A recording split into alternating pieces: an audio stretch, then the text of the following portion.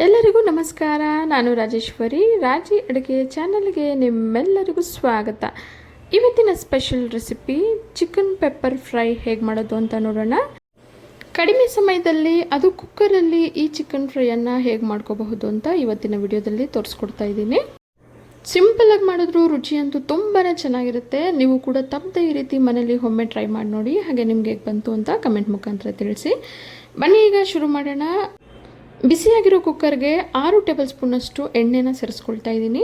ಎಣ್ಣೆ ಬಿಸಿಯಾದ ನಂತರ 1 ಇಂಚು ಚಕ್ಕೆ, 2 ಲವಂಗ, ಸ್ವಲ್ಪ ಕರಿಬೇವು, 3 ಹಸಿಮೆಣಸಿನ್ಕಾಯನ್ನು ಕಟ್ ಮಾಡಿ ಸೇರಿಸಿ ಸ್ವಲ್ಪ ಫ್ರೈ ಆದ ನಂತರ 2 ಮೀಡಿಯಮ್ ಸೈಜ್ ಈರುಳ್ಳಿನ ಸಣ್ಣಗೆ ಕಟ್ ಮಾಡಿ ಸೇರಿಸ್ಕೊಳ್ತಾ ಇದ್ದೀನಿ. ಈರುಳ್ಳಿ ಸೇರಿಸಿದ ನಂತರ ಮೀಡಿಯಮ್ ಫ್ಲೇಮಲ್ಲೇ ಈರುಳ್ಳಿ ಲೈಟ್ ಬ್ರೌನ್ ಆಗೋವರೆಗೂ ಫ್ರೈ ಮಾಡ್ಕೊಳ್ಳೋಣ. ನೋಡಿ, ಈಗ ಈರುಳ್ಳಿ ಎಲ್ಲ ಚೆನ್ನಾಗಿ ಫ್ರೈ ಆಗಿದೆ. ಈಗ ಇದಕ್ಕೆ ದಪ್ಪ ಗಾತ್ರದ 1 ಕ್ಯಾಪ್ಸಿಕಮ್ನ ಸಣ್ಣಗೆ ಕಟ್ ಮಾಡಿ ಸೇರಿಸ್ಕೊಳ್ತಾ ಇದ್ದೀನಿ. ಈಗ ಕ್ಯಾಪ್ಸಿಕಮ್ನು ಕೂಡ ಮೆತ್ತಗಾಗೋವರೆಗೂ ಚೆನ್ನಾಗಿ ಫ್ರೈ ಮಾಡ್ಕೊಳ್ಳೋಣ. ಸ್ವಲ್ಪ ಪುಡಿ ಉಪ್ಪನ್ನು ಸೇರಿಸಿ ಚೆನ್ನಾಗಿ ಫ್ರೈ ಮಾಡ್ಕೊಳ್ತಾ ಇದ್ದೀನಿ. ಕ್ಯಾಪ್ಸಿಕಮ್ ಎಲ್ಲ ಮೆತ್ತಗೆ ಚೆನ್ನಾಗಿ ಬೆಂದಿದೆ. ಈಗ ಇದಕ್ಕೆ 1.5 ಟೇಬಲ್ ಸ್ಪೂನಷ್ಟು ಶುಂಠಿ ಬೆಳ್ಳುಳ್ಳಿಯನ್ನು ಚೆನ್ನಾಗಿ ಕ್ರಷ್ ಮಾಡಿ ಸೇರಿಸ್ಕೊಳ್ತಾ ಇದ್ದೀನಿ. ಶುಂಠಿ ಬೆಳ್ಳುಳ್ಳಿಯನ್ನು ಈ ರೀತಿ ಫ್ರೆಶ್ ಆಗಿ ಜಜ್ಜಿ ಸೇರಿಸ್ಕೊಳ್ಳೋದ್ರಿಂದ ರುಚಿ ತುಂಬಾ ಚೆನ್ನಾಗಿರುತ್ತೆ. ಈಗ ಇದಕ್ಕೆ 1 ಟೀ ಸ್ಪೂನಷ್ಟು ಅರಿಶಿನ ಪುಡಿಯನ್ನು ಸೇರಿಸಿ 2 ನಿಮಿಷ ಫ್ರೈ ಮಾಡ್ಕೊಳ್ಳೋಣ. ಶುಂಠಿ ಬೆಳ್ಳುಳ್ಳಿ ಎಲ್ಲ ಚೆನ್ನಾಗಿ ಫ್ರೈ ಆಗಿದೆ. ಈಗ ಇದಕ್ಕೆ ಮೀಡಿಯಮ್ ಸೈಜ್ 2 ಫಾರಮ್ ಟೊಮೊಟೊನ ಸಣ್ಣಗೆ ಕಟ್ ಮಾಡಿ ಸೇರಿಸ್ಕೊಳ್ತಾ ಇದ್ದೀನಿ. ಟೊಮೆಟೊ ದಪ್ಪ ಗಾತ್ರದ್ದಾದರೆ 1 ಸೇರಿಸ್ಕೊಂಡ್ರೆ ಸಾಕು. ಈಗ ಮೀಡಿಯಮ್ ಫ್ಲೇಮಲ್ಲೇ ಟೊಮೆಟೊ ಕೂಡ ಮೆತ್ತಗಾಗೋವರೆಗೂ ಫ್ರೈ ಮಾಡ್ಕೊಳ್ಳೋಣ. ಟೊಮೆಟೊ ಎಲ್ಲ ಚೆನ್ನಾಗಿ ಫ್ರೈ ಆಗಿದೆ. ಈಗ ಇದಕ್ಕೆ 1 kgಯಷ್ಟು ಚಿಕನನ್ನು ಚೆನ್ನಾಗಿ ತೊಳೆದು ಸೇರಿಸ್ಕೊಳ್ತಿದ್ದೀನಿ.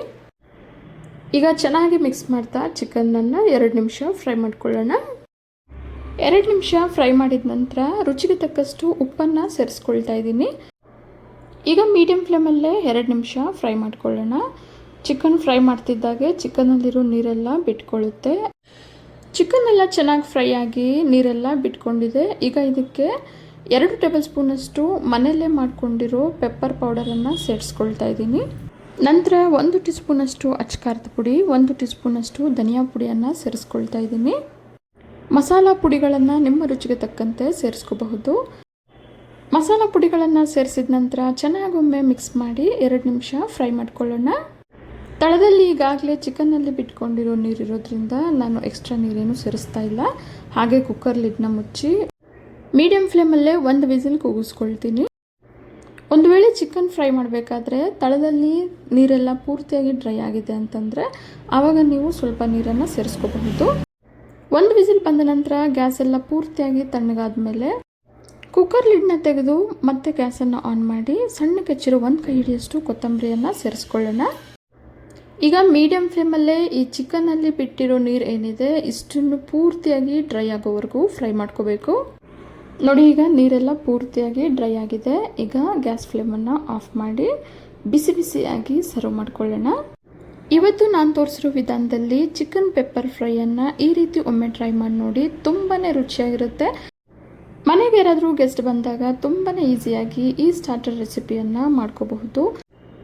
ಕಡಿಮೆ ಸಾಮಗ್ರಿಗಳನ್ನು ಬಳಸಿ ಕಡಿಮೆ ಸಮಯದಲ್ಲಿ ಮಾಡಿರುವಂಥ ಈ ರುಚಿಯಾದ ಚಿಕನ್ ಪೆಪ್ಪರ್ ಫ್ರೈ ನಿಮಗೆಲ್ಲ ಇಷ್ಟ ಆಗಿದೆ ಅಂದ್ಕೊಂಡಿದ್ದೀನಿ. ಇಷ್ಟ ಆಗಿದರೆ ಈಗಲೇ ಒಂದು ಲೈಕ್ ಮಾಡಿ, ಹಾಗೆ ನಿಮ್ಮ ಫ್ಯಾಮಿಲಿ ಆ್ಯಂಡ್ ಫ್ರೆಂಡ್ಸ್ ಜೊತೆ ಶೇರ್ ಮಾಡಿ. ಮತ್ತಷ್ಟು ಸುಲಭ ಹಾಗೂ ರುಚಿಯಾದ ರೆಸಿಪಿಗಳಿಗೋಸ್ಕರ ರಾಜಿ ಅಡುಗೆಯನ್ನು ಸಬ್ಸ್ಕ್ರೈಬ್ ಆಗೋದನ್ನು ಮರಿಬೇಡಿ. ಮತ್ತೊಂದು ರುಚಿಯಾದ ರೆಸಿಪಿಯೊಂದಿಗೆ ಮುಂದಿನ ವಿಡಿಯೋದಲ್ಲಿ ಸಿಗೋಣ.